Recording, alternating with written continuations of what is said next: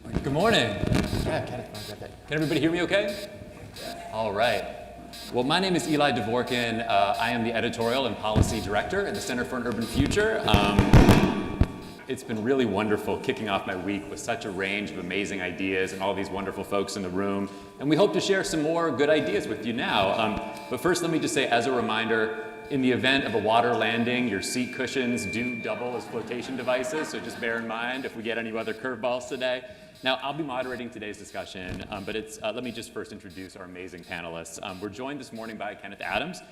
Kenneth is the president of CUNY's LaGuardia Community College, one of the most effective institutions of economic mobility in the nation. Kenneth was previously dean. Yeah, that's worthy of applause. Hey. Absolutely. Let's hear for LaGuardia. Kenneth was previously Dean of Economic and Workforce Development at Bronx Community College and served the state as President and CEO of Empire State Development and as Commissioner of the state's Department of Economic Development. Welcome, Kenneth. Great to have you with us. We're also joined today by Linda Gibbs. Linda is Principal for Social Services at Bloomberg Associates, a nonprofit consultancy that helps mayors around the world tackle the most pressing challenges. Linda previously served New York City as the Deputy Mayor of Health and Human Services, and before that led the Department of Homeless Services as well. Linda is also the co-author of the 2021 book, How 10 Global Cities Take on Homelessness. How 10 Global Cities Take on Homelessness. Linda, great to have you with us. I'm also very pleased to welcome Charles Phillips. Charles is the co-founder and managing partner of Recognize, a technology-focused investment firm. Prior to its founding, Charles served as the CEO of Infor and has held senior positions at Oracle and Morgan Stanley, among others.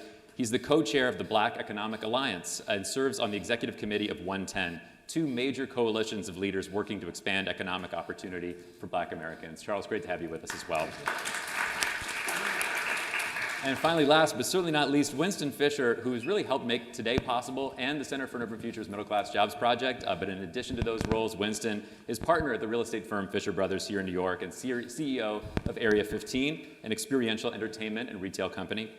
Winston serves as the co-chair of the New York City Regional Economic Development Council and has spearheaded this Middle Class Jobs Project with the Center for an Urban Future now for several years. And he's also the co-author of the book, The Opportunity Agenda, with former Kansas City Mayor Sly James. Great to have you with us, Winston. So, Linda, I'd love to start with you, not just because you're sitting to my immediate left, but because mayors turn to you in times like these, dealing with a crisis or perhaps a protracted crisis like the pandemic, while trying to make progress on equity and opportunity in so many different areas, competing with the minute-by-minute urgent challenges and the need for strategic long-term thinking and planning. So where would you advise the city's current leadership to focus on their equity agenda in ways that would have the greatest impact right now?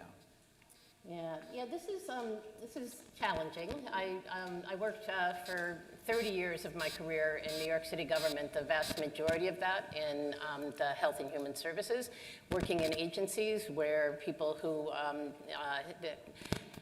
suffered greatly, we were trying to meet their needs and help them to address their crisis, but always trying to think about how can we prevent, how can we get over it, how can we help them not just get past this crisis, but actually advance and prosper. And I think it's a real pickle for cities. And New York City is the most powerful city that I have seen in all of my work in these past 10 years since I left city government. And I always say, if I knew how powerful New York City mayor was and how powerful I was in my role, then what would I have done differently? And there are things, so I'm going to say a couple of things that I would have done more of, perhaps. But also, I wanted to start, and maybe it's picking up a little bit on what Darren Walker said, which is that we are functioning within an economy that is structured to produce inequality. And we have a economic system writ large that is structured on not only inequality as it is, but growing inequality, and we saw how the pandemic exacerbated that. The rich got richer and the poor fell further behind. And so I think, boy, 30 years of my career and I worked to overcome that, I guess I didn't do very good. And so it makes me really say that if we think that government is going to fix that, then we have a false set of expectations about what local government in particular can do. And I think it would be, yes, Darren's point is also right, that mayors and governors and presidents And city councils and state legislatures and national Congress all have to work together collaboratively and collectively on this, but it's about shaping the culture of our economy. And so with that, I would say the first thing I would say is that, so now what does a mayor do about that? A mayor has to find ways to encourage and lift up private employers to adopt more equitable policies within their organizations that are focused on creating more opportunities for people who have the least social capital, who have fallen the furthest behind, and to ensure that the doors are opened up. You always want to hire the best and the brightest, but sometime in our compulsion to hire, the very best, we are just reinforcing all the racism and structural inequalities that allow the very best to get in the foot of the door, and you've got to work to reverse that and change your internal culture of your organizations. And so I think Mayor Adams and mayors in general, working collaboratively, need to think about how we can change the culture of how our economy is structured. All that being said, at the same time, I think city governments can do a lot. We had a huge anti-poverty initiative that we took on during the Bloomberg administration that was focused on really research and development. We created an innovation fund, and the whole idea is let's try out new ideas. We have all these agencies that are doing the same thing, sometimes year after year after year, without even accountability for whether or not the results were positive.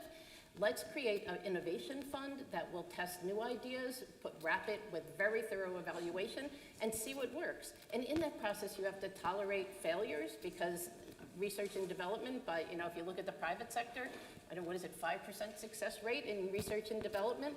We have such a high expectation of government. We think 100% success needs to happen. With our innovation fund, I think we tried out 40 or 50 new ideas around tackling poverty, and I would say we had a success rate of about 20%, and I thought that was spectacular. And many of those have since gone to scale, and I think we need to encourage governments to be more risk takers, but also to evaluate, to hold themselves accountable, and then once you find something that works, figure out how to take the money away from the stuff that ain't working and put it into the new stuff that is. Thanks, Lynn. I want to come back to some of these things that are working, and I think there's a lot of appetite in the room to hear about those specifics, and also where there are good ideas that are still too small. And I would say I think some of those ideas haven't gotten to scale yet, so I'd love to come back to that. But also, Charles, I wanted to actually bring you in because Linda was just talking about the culture change that's needed to really build a more equitable economy. This panel discussion won't just focus on the economy, but it's obviously central for many of us in the room today. So I wanted to ask you a little bit about that question. I mean, we know our own research at CUF here in New York City has shown that in New York City's high-flying tech sector, which has created more good jobs, arguably, than any other, and which is now employs more New Yorkers than it did in 2019, which has added jobs relative to where we were at the start of the pandemic.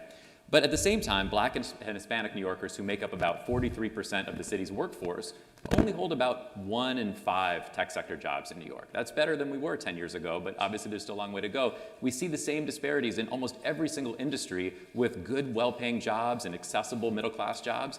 And I know that you've been working on these issues from the private sector's perspective and also working with other CEOs. How can more companies open up pathways into the good jobs that businesses are creating?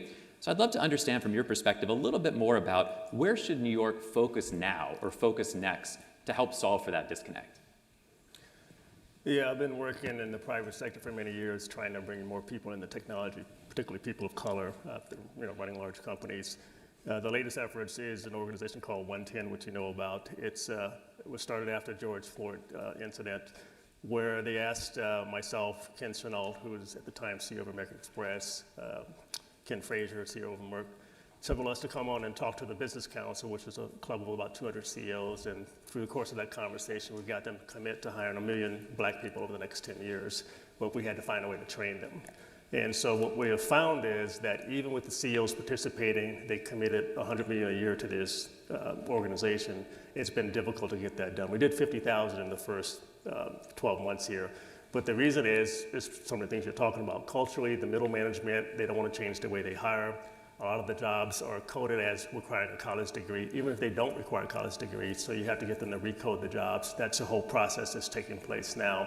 But it's really about, they've done the same thing the same way for so long. Why should I change? I'm hiring people that I know that look like me from the schools that I went to. And so undoing that takes some effort top down from the CEO. And when they don't do it, we hold them accountable to go back to them. The second thing is finding the fragmentation is a big problem for both the employers and the applicants. What I mean by that is there's thousands of job training programs. We're trying to connect them all to the employers, thousands of them around the country. And the applicant doesn't know which ones are legitimate. They want to take a risk. Sometimes they have to pay. They take off from work, and they've been burned before, so they are skeptical, is this really going to work? And the same thing for the employers. Yes, even if I want to hire people, there's 20,000 programs out there. I don't have time to wade through all that. You have to sort that out for me. And so the fragmentation that each city government has with 20 or 30 programs actually undermines the goal of what you're trying to do in placing people. It's too hard for people to find where the good jobs are, and it's too hard for the companies to find which programs work, who's trained them, what skill set. Then lastly, you can't count on, I guess, the goodwill of companies hiring people who they don't think are qualified. You do have to get people trained. That's the marketplace that we're in. And so if it falls under something philanthropic in a company, it doesn't continue. At some point, they stop funding it. Nobody pays attention to it. It has to be a part of the regular HR system. Bring them in regular skill sets. They can learn it. We've proven that's the case, and get them to flow in like anybody else. And that's fundamentally what has to change. It can't be something in the foundation. It has to be part of the ongoing company business. Thanks, Charles. Hey, Kenneth, I see you nodding your head. I want to get you in on this conversation. In part, thinking about some of that skill building is happening at CUNY, needs to be happening in our public colleges and universities to take it to scale, to serve the needs of New Yorkers today. We don't necessarily believe that every New Yorker should be getting a college credential to have access to a family-sustaining wage, but we do know our economy has shown that a college credential may still be the key ticket to opening up pathways to good jobs in our economy. And at the same time, we know that so many New Yorkers are challenged by the process of earning a college credential, and the disparities are really striking. I mean, here where we are in Manhattan, about 2/3, almost 3/4 of residents have a college degree, a four-year degree, and a couple miles away in the South Bronx, it's about 12-13%. So what do we need to do to close that gap, or maybe more specifically, even just around higher education alone, government leaders have all these different competing priorities and policy ideas and needs for funding, but if the goal is to expand access to economic mobility, to really help more New Yorkers get on the path to a better life and a better career, what should the city focus on in terms of leveraging CUNY as a springboard into those good jobs? Oh, Eli, I love that question. Good morning. Good morning. Everybody. But I just have to say something. I don't really believe in ghosts, but where we are today was the home of John Pierpont Morgan, the amazing American industrialist. And did you notice that when Darren Walker said the solution was to give back ownership of the companies to the workers, the fire alarm went off? It's incredible. I mean, you connect the dots. Ghosts. Eli, it's a huge opportunity for CUNY to, frankly, step up its game and really be an engine of training and skills development. It's at a much bigger scale all across the city. And we say a lot in CUNY, and it's important that we're a great driver of economic mobility. That we're an engine of economic mobility we propel so many students from working class and low-income households into the middle class, and it's true, but we frankly don't do it for nearly enough students. And so it's on us to do a better job. And the thing I wanted to your question made me think about, and this falls into the category of ideas and solutions people are talking about today, is that we shouldn't just see the CUNY, the City University of New York, as a system where you can get a baccalaureate degree, a BA, a BS, maybe even a PhD or a master's, but a system that can train people in non-credit workforce training programs, in basically the continuing ed divisions of the 25 CUNY schools. There are 15 or 16 that are really effective. And in these divisions of the CUNY schools, spread all across the city, help people get industry certifications to work in IT or healthcare. And the problem is, and I'm sorry, a LaGuardia example is that we have about 11,000 degree-seeking students, right? Students going after pursuing a 60-credit associate degree this semester. We'll have 7,000 or 8,000 students this year in ESL, adult basic education, workforce training programs in all these different sectors, and other pre-college programs. But all of those students, let's call them 8,000 students in our pre-college workforce training program and workforce training programs, have to pay cash. Let's remember, there is no government student financial aid unless you're going for a degree. Right? There's no government financial aid for people in workforce training programs. And so that's the real gap, because CUNY has the infrastructure, the equipment, the labs, it's all built already. It was built for the degree-seeking students. We have great faculty, and lots of adjuncts, obviously, and lots of very specialized instructors in our continuing ed program. So CUNY has this built infrastructure across its system. It's a $4 billion system, thank you, taxpayers. It's a huge system, right? We have this infrastructure, and we need to do a better job to put it at the disposal of New Yorkers that need new skills, new training, new credentials, not necessarily the hallowed 4-year baccalaureate degree. P.S., none of these are mutually exclusive. If we design it right, you should be able to go to a CUNY school like LaGuardia, get that certification in pharm tech so you can be a pharmacist assistant somewhere, and then come back and come to LaGuardia to get that nursing degree at night, right? Come back, be able to go in and out of the system with the non-credit workforce training and a degree should you want it, and then move on in the system by transferring to Queens College, let's say, and getting your baccalaureate degree, which is really where you start to see income gains. So the system is there, we need to leverage it, and again, the big obstacle to this is the lack of government financial aid for students in these non-credit programs. I will say, there was a very important move made by Governor Kathy Hochul in the state legislature in the budget this year, and this is a partial solution, so it's a good example. Eli, you and I spoke about it recently, where for the first time ever in New York State history, students who are in these workforce training programs will be able to access TAP, New York State Tuition Assistance Program, under limited conditions, and it's a gated allocation of $15 million statewide, but it's a very important first step of making TAP, again, formerly for degree-seeking students, New York State financial aid, available for students in workforce training programs. So it's a good move in the right direction, and we need more of that.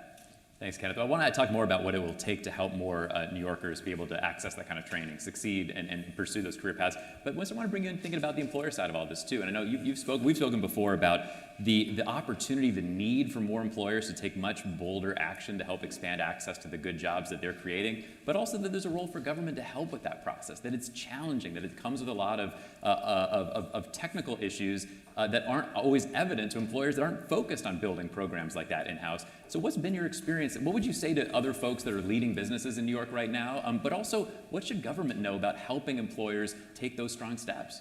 So it's interesting. When we talk about business, large companies, I don't think that should be part of the discussion. If JP Morgan Chase wants to access a program, they can do it. Or Bloomberg, somebody, not to say it's easy, but Fisher Brothers is an example. 50 executive employees. We work with a company called Basta to tap CUNY to find students. We have 4 interns 3 times a year to come into the program, 6-figure program that we pay for. It is so hard to say we want to actually diversify, create diversity at the ground level, give opportunity. It's only because of my background that we were able to actually tap into a system that would allow a company like ourselves to really get into the CUNY system. Government, education, and business do not talk to each other. Fundamentally, and you were saying the 21st century, we need an ecosystem where actually you come together and you recognize that financial support, not just financial support for business or for CUNY or for the students, it's all together. How do you marry skills to opportunity? How do you allow small and medium-sized businesses to easily tap into a growing group of students that can actually be employed? We heard one idea about the apprenticeship models. All of these ideas are good, but honestly, let's just be clear, they go nowhere. They go absolutely nowhere because we don't create an ecosystem. And that is the difference. You actually have to put money towards that and allow everybody to tap into it. Small and medium-sized businesses will not hire unless there's an economic incentive. They're stressed already. You have to give them an ability to work in this system. You've got to marry the workforce development programs that work and that people can become educated about them. Small and medium-sized businesses will not become educated about them. I mean, 1 or 2, but as a policy. So all of these ideas are great, but if you don't work on how they come together, it's just us talking on this stage. And I know that's harsh, but it is the reality of it. So it's a fundamental change of communication and engagement that must occur to really see success. Thanks. So I realize that's bold, but it's the truth. Well, I'd welcome anybody to respond to that. And Kenneth, I'm also curious from your perspective, what you would like to see from other leaders in business to be able to make those connections with CUNY. But Charles, maybe from your perspective, what is it that the government or that institutions like our public universities need to be doing more of or doing differently to become better partners to employers? Well, I did set up a program with CUNY in my last company where we were hiring students directly from the tech campus in Brooklyn, but it was hard.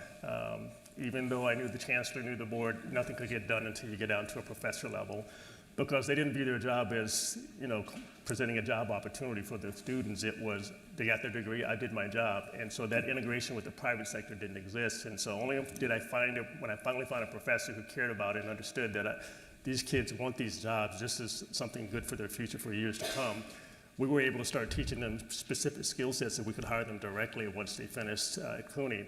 And we had to do it professor by professor. If one professor left, I had to start all over again. And so that's one issue. The second one, since you don't have Pell Grants for these sorts of training, you need different types of degrees that include those skill sets so you can get them funded. In other words, you can count on someone funding it, maybe, but if we kind of rescore what a degree is, have industry-focused degrees that include those skill sets, then they can get funded. We pay for it ourselves, but it's not sustainable, it's not scalable. So that gap between the public sector and the private sector and the community colleges viewing as part of their job is, I want these students, I'm not successful unless they get into a family wage-sustaining job. That should be the goal at the end of it, not just the degree. So there's a disconnect between what they think the purpose is and what we think the purpose is. Thanks, Charles. If I could, I'd like to jump in here with maybe, I'm not sure which of these works, maybe, I'll just shout. An idea or a framework that actually could be a way of creating a vehicle for this. And it's based on some work that I'm doing now with the mayor of London, where subsequent to, as they were in the middle of the pandemic, they were seeing the growing inequality, the mayor, together with the head of London councils, which is 33 boroughs, you thought 5 was a lot, 33 boroughs that have a lot of local governing responsibility. They created a anchor network, which is and they invited all of the large employers of the city to come to the table and to join with them in a recovery strategy. And the driving force of this is based on concepts of community wealth building and an inclusive economy.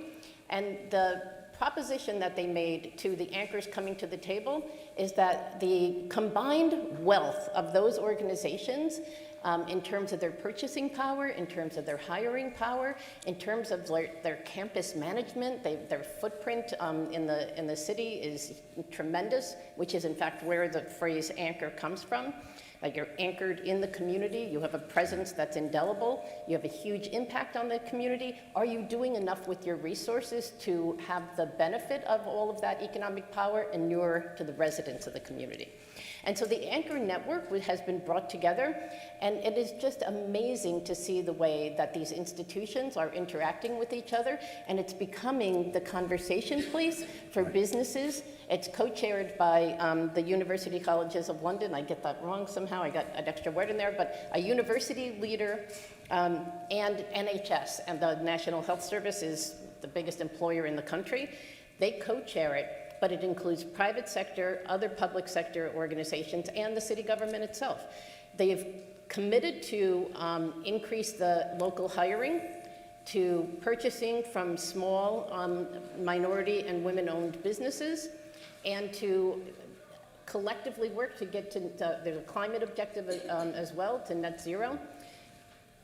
I think people didn't anticipate how much this conversation was going to create this vehicle for the collaborations to come together. You need people talking, and there is not great forums for small, medium, and even probably large-sized businesses to engage with academia or with city government where it's not based on mistrust. And that has to change, because these are serious issues. We do want an equitable recovery, but it has to be done differently. You can look at you mentioned London. Switzerland has a robust a program for apprenticeships, and that's for banking, that's for trade, it's not just one thing. Manchester, England is another place, 100,000 students, an incredible apprenticeship model that works across all different industries. So I think that's the other thing is, we're talking about all industry here. We're not just talking about trade. We're not talking about a new tech job. Real estate should have an apprenticeship model as a perfect example, right? Like, how do we get diversity? How do we get, if you need to hire the CEO today, that's 30 years in the making. So now we have to get diversity coming up at the ground level today. And we've got to get more people exposed, speaking, engaged, and employed. And that's education and engagement. Ask about, I think we've all talked a little bit about pathways into good jobs during this panel so far, but if we're going to tackle some of these other issues related to building a more equitable city, I think at the very least we need to talk about closing our racial and other wealth gaps in New York by immigration status for folks who have disabilities, and especially the black and white racial wealth gap in New York. Income alone isn't going to address that. We need to be doing a lot more to address opportunities to actually build generational wealth. So I'm curious for folks on the panel, what are some of those strategies that you've seen that you think are most effective, where you'd like to see government do more to be able to help more folks take those first steps toward entrepreneurship, or to be able to help more great small and even mid-sized businesses grow, get to the next level? What other strategies should be on the table, homeownership, others, to be able to help build intergenerational wealth in New York? I wrote a book called The Opportunity. Read Winston's book. So it was Sly James, the former mayor of Kansas City. And we were saying, what are opportunities that are signature for, and this is in Kansas, New York, and across the country, access to credit, right? We need to get access to credit for all people to take risk, to start businesses, to expand. That is a huge issue. 0 through 5. When we talk about early childhood care, early childhood education, that is a signature issue that will actually help close the wealth gap, because you've got to get, and it disproportionately affects women, especially women of color, how do we get childhood care so people can engage in the workforce so they don't lose their lifetime earnings, that they will go down. Portable benefits is another example, infrastructure, and when you get into lifelong learning, where we're talking workforce development. Those are 5 signature issues that would go a huge way towards closing the wealth gap and providing a framework for success for everybody who wants it, right? Because you have to, my perspective is the opportunity agenda. Provide a really strong system for opportunity for people to tap into. I would say the city has some unique assets. It can't create all the jobs. The private sector has to do some of that. We can talk about that as well. But you have a very large pension fund here, one of the largest in the country. That in the States, almost $500 billion. You also have one of the largest procurement budgets in the country. And so when you're selling technology products or any products to these cities, like I used to do, you will do enough to get that contract if they dictate certain things. And so what was common in other cities, not in New York, is they'd say, well, if you want this contract, 20% of people have to be located in New York or at whatever city you're talking about. And people would do it because it's a big enough contract. And the same thing for the pension fund. The pension fund has the ability to invest in projects and housing here locally, to require people who invest to start investing in companies to locate those companies here, or at least part of the jobs here. If we can get that coordination of using the assets we already have to make fundamental requirements on where things have to be located, what jobs have to be located here, it's a powerful leverage that the city has just because of its scale. But because of its scale, we're not able to coordinate, but other cities have done this. And so we could take advantage of the contracts we're already letting. You take the large procurement contracts, you break them up into smaller pieces, so smaller companies can have bonded and be general contractors instead of subcontractors. There's a lot we can do with the money we're already spending, but we're just not coordinated. Thanks, Charles. Linda, I want to bring you on this as well, because in our report, you have an idea about not just leveraging city contracts, but really leveraging anchor institutions like hospitals, like universities, to be able to ensure that more of their spend is actually going to small and local businesses and medium-sized businesses in New York and those owned by people of color. I'm struck by this idea in part because I think the city still has a long way to go around its MWBE contracting goals. And as Charles is saying, there's huge opportunities with the pension fund and other sources of funding, financing. But at the same time, the city has made progress there, and I feel like what your idea gets at is an even larger opportunity in the private sector. But tell us a little bit more about that. Yeah, so it's back to this concept that there's, organizations of massive scale that are spending huge amounts of money, both on their personnel and on purchasing of goods and services and building their campus and greening their campus. And if it was done with intentionality to bring about the kind of change we're talking about in reducing the wealth gaps, then without spending a dime, just spending their dime differently, they would be able to address these inequalities and bring greater equity. And I think within this context, it's a little bit of, the training of, corporate management has been about the shareholders and the maximization of wealth to the shareholders, and it's really kind of taken the soul out of what running a business can be about. And it can be about being a citizen more than the right to spend all your money on political campaigns. It can be about a citizen of a community, a member of a community, a strong and thriving and mutually beneficial community, and to shift the way that they think about who they are within their community and how those resources can be garnered to reduce these inequalities. And I think, the other thing, as a white woman with, I understand that my role around talking about racial equity and systemic racism and how it perpetuates inequalities is of somebody who has witnessed it in growing up in a very white community as I was growing up, and oftentimes not in my education, not having a diverse student body that I was part of.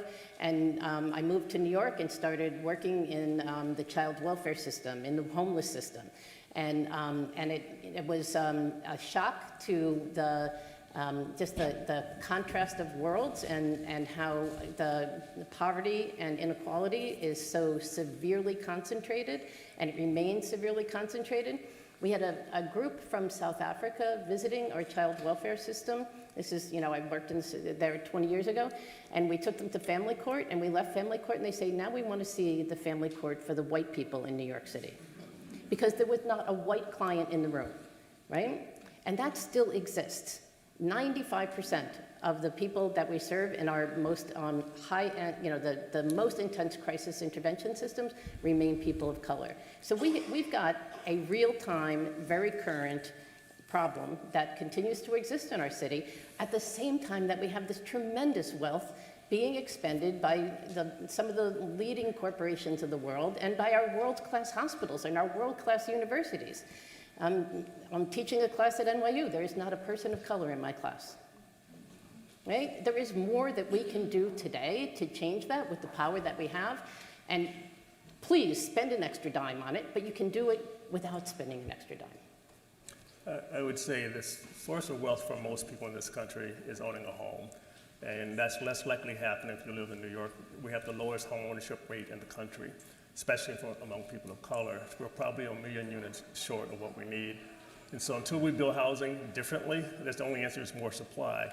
We're still building housing the way we did 150 years ago. We're manufacturing a complete home, basically in the middle of the city. There are new technologies other cities are using to assemble housing, more modular housing. It's changed. You can look custom. The way we finance housing is antiquated. HPD can only do a couple billion a year. We're in the city with the brightest financial minds in the world. All these infrastructure funds out there, we should be able to finance it differently and raise a lot more money than $2 billion a year. So I just think we need to go back to the drawing board on housing and then address the NIMBY. A lot of people don't want additional housing where they live. They want somebody else's neighborhood.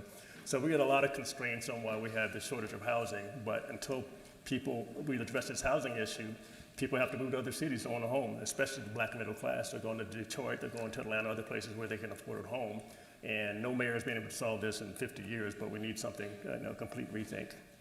Thanks, Charles. Linda, I hate to bring you back in so soon, but at the same time, you're the only one of those of us on the stage right now who wrote a book on this, literally wrote the book on this. So I want to ask you a little bit specifically about homelessness. As Muzzy mentioned earlier, there are 500,000 households in New York City spending more than 50% of their income on rent that are potentially just a lost job or missed paycheck away from homelessness. And at the same time, we now have over 50,000 New Yorkers that are homeless right now, sleeping in shelters, and many more obviously not in the shelter system. So things have gotten worse. We know that the challenge has only been compounded by the pandemic. It's built on pre-existing issues, as Charles mentioned, including a desperately short supply of housing in the first place. But you've looked at 10 cities, how they've been tackling these issues. What have you learned, and what specifically, again, I think thinking that there are policymakers, including some in the room right now, who are dealing with so many competing priorities here, where do you want to see the city hit the gas to really make progress toward dealing with the homelessness crisis levels that we see in New York today, and dealing with the long-term challenges around affordability and housing supply? And Muzzy is my co-author of our book with two others. And it is based on have the advantage of working in a number of cities. And the striking thing is that it's the same challenge everywhere.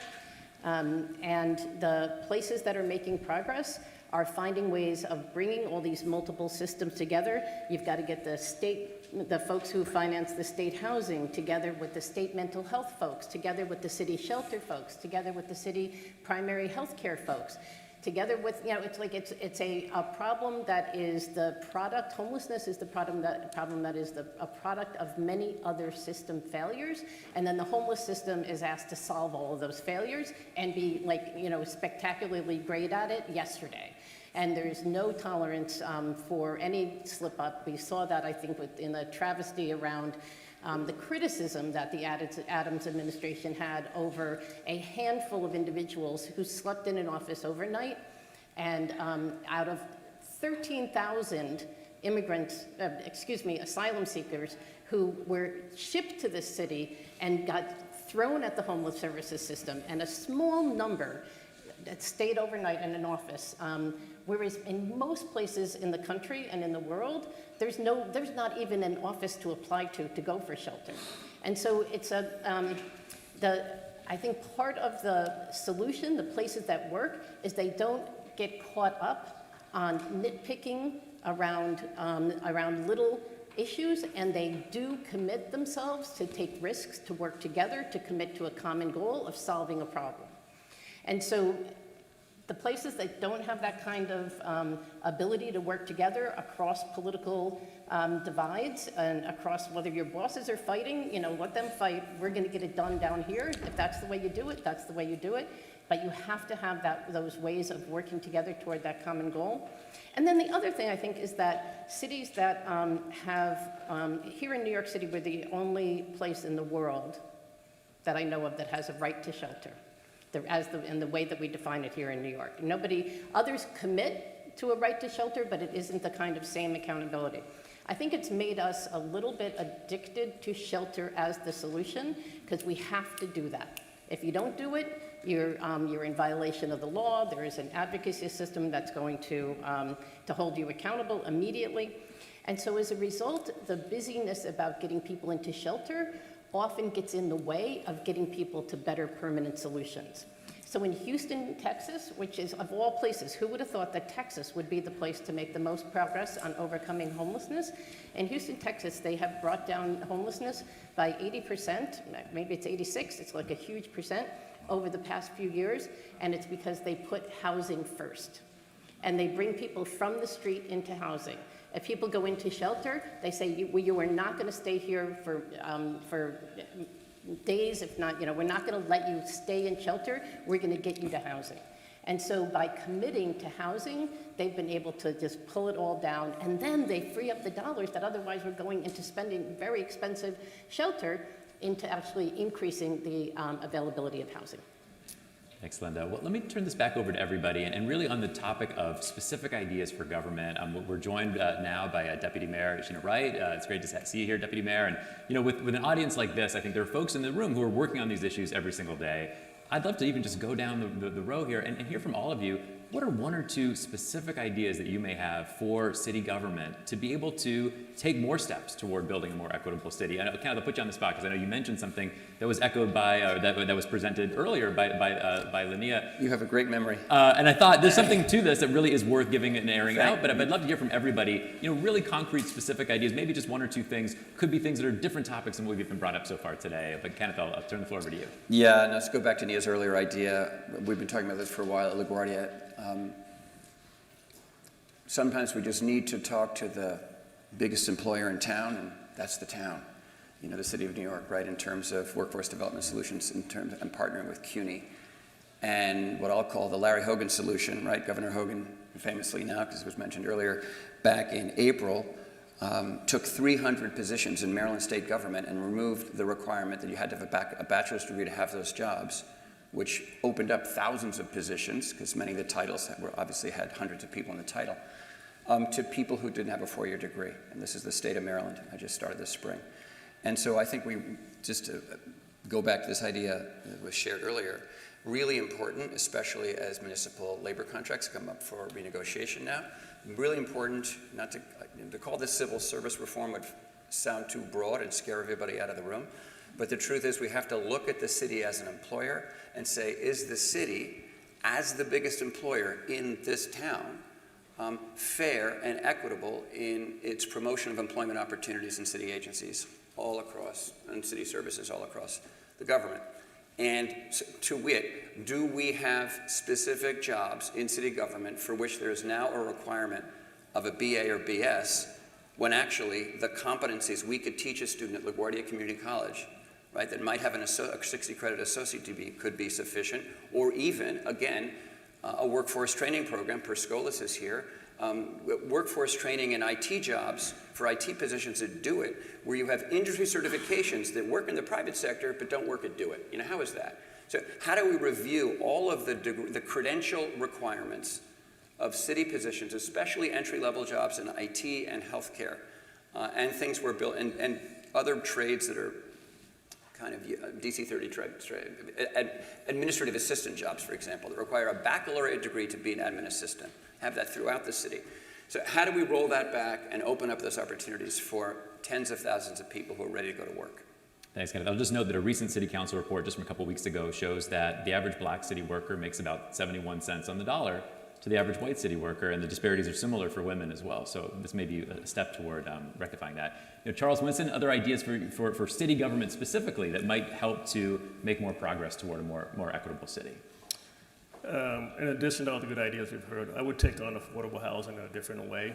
I like what Amazon is doing in Seattle. They're training entrepreneurs to build affordable housing, black entrepreneurs the problem with affordable housing is if you want the expensive developers, the big developers to build it, they're going to need subsidies of 421A, which we don't have anymore.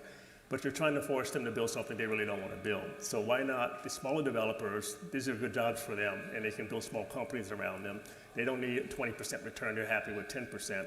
And so I would take our biggest problem, which is housing, and turn it into a growth industry. Let's train a bunch of people on how to build housing at medium scale. We don't need 40-story high-rises. These can be 5-story buildings, 7-story buildings. Get it financed differently because people will finance housing. All these infrastructure funds lack a recurring revenue. And so you can get private money to finance it. You don't have to do it on the city's balance sheet. So I would turn that and try to get people to stay here. Once you can have affordable housing, that changes. People are moving out of New York City now for housing, as I mentioned earlier. So you solve a lot of different problems, and then they can create wealth because more people own home ownership and rental as well. That's great. I love that, Charles. Thank you. Two things. One is, I think, touching a little bit on what Ken said, but is I would create a council that is made up of business leaders, government, education, and workforce development leaders that actually is tasked with driving engagement, driving skill engagement, skill engagement, policy, communication, literally to have a production of education, workforce development to employment with government providing support. It is a radical change in the way we've done things, but I think it's critical to get, almost like the City of London, we need a new way to do things. The other thing I would also focus on is the creative economy. We spent a lot of time talking about other things, but it is a massive sector which is not organized in this city today. And when you look at the amount of jobs and economic output, city government, state government should actually treat that as its own industry with its own policies for growth, equitable growth, because it is, especially where people are moving out, tech disruption, the creative economy is a massive pillar of growth for this city. But we need targeted policies to encourage that growth. Tax policies, housing policies, all the things that come with that. So those are the two things I would focus on. Thanks, Winston. Lynn, I'd like to bring you back in on a specific idea around the human services sector. And I know you've spent so much of your career working in government with the human services sector as partner, as well as consulting. We know that the safety net in New York has been stretched to the very limits by this pandemic, and that's services, critical services for older adults, for immigrants, for New Yorkers with disabilities, vulnerable youth. So many New Yorkers have benefited, have depended on the city's human services organizations in this time, but those organizations themselves have been stretched to the limits and beyond in some cases. Where would you like to see government go next to support a more functional, a more effective, humane, efficient, stable human services sector, and maybe just one or two ideas from you or from other folks in the panel to support a stronger safety net in New York and to support a stronger human services ecosystem in New York? Well, maybe I'll just answer on the human services ecosystem itself. Right, the amount that the workforce has borne over the past 3 years is just is undescribable, and the sector is suffering as a result. Very high levels of people quitting, high levels of vacancy, very difficult to recruit people into positions. And I think we have to do more to think about the well-being of our workforce, and that's really everyone who is coming into contact on a day-to-day basis with people in need. And we can't help them if we're not taking care of ourselves. And so I think a very strong attention to the workforce mental health to make sure that they are taking care of themselves and each other. There are some really interesting peer support efforts that are building up. And how the workforce can be really a source of strength to each other. And just by, it's really interesting, the research shows that if you give advice, if Ken calls me and says, Linda, we're both caseworkers, Linda, I can't deal with this anymore, and I just pull inside, deep inside myself, and I tell Ken, well, here's how I got through a similar moment.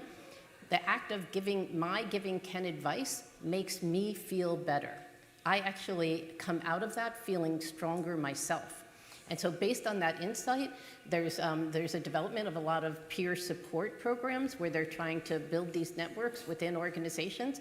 It's one thing. It's not, more time off, more family leave, better pay, more reasonable caseloads. There's a million things that can be done, but I think we can't just go back to the usual formula and look at the report, 10 years, 20 years, 30 years ago of what we said to improve the workforce. I think we got to think about how people really cope with their days, day in and day out, and things that can be done to help them feel stronger, and then they'll be able to serve the community better.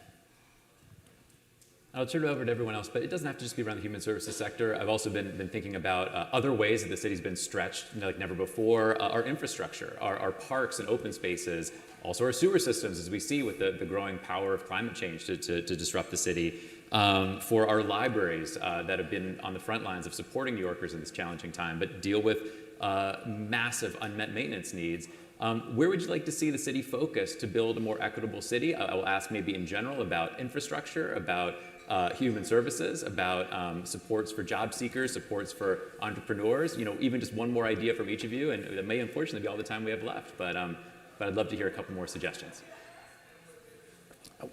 I'll jump in. The Black Economic Alliance did a survey of black women who weren't working. And this is across the country, wasn't just New York, but 27% of them didn't work because they didn't have access to childcare. And so black women tend to work, more likely to work in the evening than other people. So they need childcare in hours that childcare centers aren't normally open. If their kid's part of Head Start, that's usually at a different location. And so making 24-hour childcare centers available in the neighborhoods where people actually live will go a long ways toward letting some of these women get back into the workforce. So if I had one issue to focus on in this area, it would be providing that child care to make it accessible and free for people who need that. Can I jump on that one, Eli? Sure, I'll go to Kenneth and then we'll go over to Winston. Yeah, please do. Oh, sorry, Winston. No, go for it. The idea here is pretty simple. I think I said this earlier. Of the 25 CUNY schools, 7 are community colleges. And the community colleges of CUNY really are uniquely positioned to address the issues you're talking about, Winston, and uniquely positioned to help people because we do so many different things as educational institutions, right? There's industry credentials, the associate degree, the transfer to a baccalaureate degree program. So we provide all these different kind of on-ramps to education and training for New Yorkers. And we also have childcare, Charles. Not enough, but we do on most campuses because we need to, or we can't. We leave out a whole lot of students who are moms, who are parents who need childcare. We also run food pantries and provide all sorts of social services and deal with housing issues. The biggest issue our LaGuardia students face now actually isn't food insecurity, it's affordable housing and the risk of homelessness, and it's really hard to be a college student if you're living in a shelter or you're worried about where you're going to sleep tonight. So these community colleges in CUNY have this unique role where we're already doing a lot of this, and the last thing I'll point out about it is that we should be doing more. We could be serving more students. We could be doing it more effectively. We are, if folks don't know, unlike the four-year senior schools, which are really more like part of the SUNY system because they're funded by the state and by tuition dollars, usually through students' financial aid, right, federal, state financial aid. The 7 community colleges in CUNY are city-funded as well. So we are like city government in the sense that all of our, we get $1 billion a year that's distributed amongst those 7 colleges. And so we play this vital role, and I'm just trying to say, Eli, I think we can step up our game, all 7 of us. We can partner, as Winston's pointed out, more directly with employers and with government. And I'm just saying this as the optimist in me, that there's just huge potential for us to address a lot of these key issues at the community colleges. Thanks, Kenneth. I will say on your behalf, and I think you're making a strong case for how CUNY can step up and do more, but even on an issue like childcare, there's still CUNY colleges without on-campus childcare, Sure. and many more students who struggle to access childcare, where they would prefer to keep it in their communities, to have a loved one, a family member, a relative, a neighbor take care of their children, but to be able to compensate them, and they can't do that today. And there's still, Queensborough Community College doesn't have a child care center on campus yet. Winston, let me turn to you. I do think, I believe childcare, if New York could solve it, that it is free, 0 through 5, before they enter primary education. That would be a huge economic boom for the city about getting people working. But we talk about childcare, all that stuff, we can't do it in our office buildings. That's just because unless it's on the ground floor, you can't put it in your office building. So that is a huge, you need more CUNY, you need more in local neighborhoods. You actually need them in the CBDs. And if you can't put them in your buildings because of fire regulation and all these things, well, that's a huge impediment. So it's not just how do you fund it, it's are the regulations in place that allow it to happen? And let's be honest, no, they're not. And so we can, again, we can talk about things, but we have to actually change it. We've got to look at childcare, we've got to make it free, and we've got to make sure that it is accessible in all neighborhoods, in all product types, or it won't happen. On a personal note, Winston, I have a 2.5-year-old at home, so I fully endorse that idea. But we literally cannot do it in a midtown office building. And let's just be clear, unless it's on the first floor. Well, I think this brings up just think about all this vacant mentioning space. first floors, makes me think a little bit about some of the bigger challenges for the city's economy right now and how that connects to getting toward a more equitable city. We've still got a lot of storefront vacancies. This was a challenge in 2019. It's gotten worse. Well, I think we should be honest. There is a crisis in commercial real estate today. It is bad. We have office buildings. Some of the large tenants are actually coming back better. We've hit 68% in one building. Small tenant buildings, 40%. Physical occupancy, they are not coming back. The financing markets today are hemorrhaging for office buildings, and there is a crisis coming. It is going to get worse. There's going to be foreclosures. We've seen, I call it the canary in the coal mine, what happened in London last week with the bond market. It's bad. And if New York does not recognize the crisis in real estate, because I know it's a challenged topic for a lot of people, but it is bad because people are not coming to work. Monday and Friday occupancies plummet. I mean, that's small businesses. You're not solving it until you get those buildings full. I think getting at that point about the effects on local businesses from the lack of foot traffic in those offices, but also there are ideas in our report, I'll just say folks should check them out. Small businesses aren't coming back. And take a look. I mean, other ideas in the report for using storefront spaces, second floor retail spaces, opening up space for the arts, for incubator Third, space. Fourth, fifth, convert to hotel, convert to residential. It's a complex issue. I appreciate that, Winston. I know we maybe only have one more minute left, and Linda, I want to go back to you because you spent a lot of time looking at cities outside of New York, having had so many years of experience here in New York City.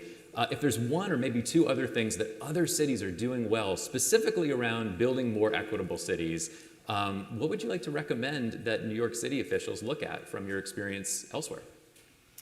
Well, there's a very popular position now. This may seem trivial, but it actually is helping in cities where I've seen it be well used, which is the creation of a chief equity officer. And it's somebody whose job is to think about it, both internal to city government. How can we look across all the functions of our government to understand whether or not we are equitable employers and business partners ourselves? But then also to work with the agencies on a whole range of policy issues to ensure that there's common understanding and knowledge and language so that people feel comfortable talking about it. Like, what is this equity thing anyway? Not everybody spends their time all the time thinking about it. Just helping people to understand and to understand the tools, understand the strategies, understand the problems. So chief equity officers are to me, I think for city governments that are trying to really tackle this, have been very useful tools to create. Thanks, Linda. Well, that is all the time we have for this panel. I hope everyone can join me in a round of applause for amazing panelists. Thank you so much.